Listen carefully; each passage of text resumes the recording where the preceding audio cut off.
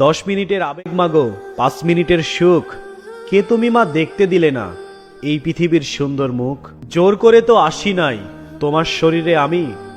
পৃথিবীতে নাকি সন্তান হয় মায়ের কাছে দামি। তবে কেন সুখের ভুলে আমায় পেটে নিলা?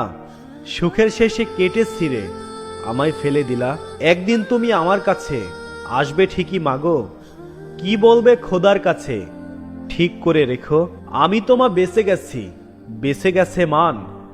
নয়তো সবাই আমায় বলতো অবৈধ সন্তান। একটু অবৈধ সুখ পেতে আমায় পেটে নিলা, কলঙ্কের ভয়ে আবার আমায় ছিঁড়ে ফেলে দিলা। তোমার মাও তোমার সাথে করতো যদি এমন, বুঝতে মাগো সেদিন তুমি মৃত্যুর যন্ত্রণা কেমন। আগামীকাল 14 ফেব্রুয়ারি বিশ্ব বেহায়া দিবস। এই দিবসটাতে অনেক মেয়ে পবিত্র অবস্থায় বাড়ি থেকে বাইরে বের হবে, কিন্তু পবিত্র হয়ে আর বাড়িতে ফিরতে পারবে না।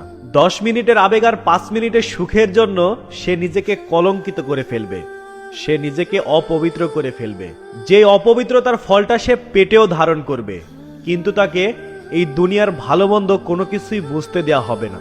দুনিয়ার ভালো মন্দ বোঝার আগেই তাকে এই পৃথিবী থেকে বিদায় করে দেওয়া হবে। কি দোষ ছিল সেই নিষ্পাপ ছেলেটার, যে এই পৃথিবীর ভালো মন্দ বোঝার আগেই, যে এই পৃথিবীর আলো দেখার আগেই তাকে পৃথিবী থেকে বিদায় করে দেওয়া হলো?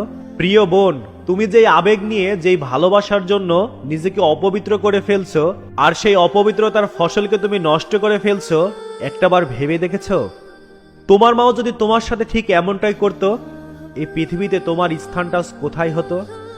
সবাই তোমাকে অবৈধ সন্তান বলতো। সারা জীবন তুমি তোমার মাকে ঘৃণা করে বাঁচতে।